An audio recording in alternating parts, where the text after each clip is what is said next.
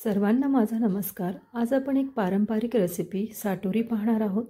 त्यासाठी आपल्याला रवा भिजवून घ्यायचा आहे। रवा मी आधीच भिजवून घेतला होता, फक्त तुम्हाला मी सांगत आहे की तो कसा करायचा आहे। रव्यामध्ये थोडंसं मीठ आणि मोहन घालून दुधाने तो भिजवून घ्यायचा आहे आणि त्याला 5 ते 6 तास ठेवून द्यायचं आहे।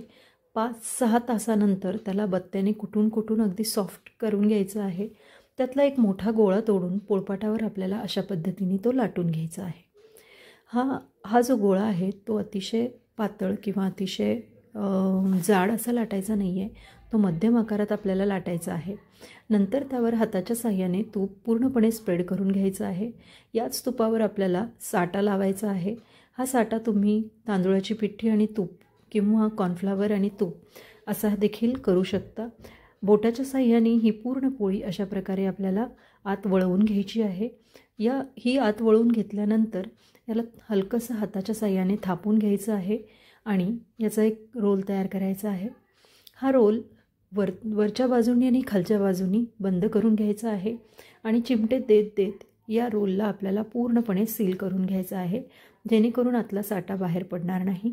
हलक्या हाताने या रोलला पोळपाटावर आपल्याला असं पसरवत जायचं आहे, म्हणजे साटा सगळीकडे पसरेल। त्यानंतर आपल्याला जितका आपल्याला हवा आहे त्या जाडीचा रोल ठेवायचा आहे। चाकूनी आपल्याला या रोलचे छोटे छोटे तुकडे तयार करून घ्यायचे आहे। जर तुम्हाला साटोरी मोठी हवी असेल तर तुकडे मोठे करून घ्या। नंतर त्यातला एक तुकडा घेऊन त्याचं वरचं आणि खालचं तोंड बंद करायचं आहे आणि पोळपाटावर हाताच्या साहाय्याने याला अशा पद्धतीने रोल करत राहायचं आहे। हा रोल तुम्हाला जितका बारीक करता येईल तितका बारीक करायचा आहे, जेणेकरून आपल्याला अतिशय सुंदर साटोरी मिळते।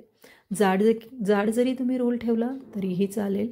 त्यानंतर आपल्याला हा रोल जितका पसरवता येईल तितका पसरवत जायचा आहे। यातनं थोडा साटा बाहेर पडू शकतो, तो देखील तुम्ही परत आतमध्ये घालून परत त्याला वळत राहायचं आहे।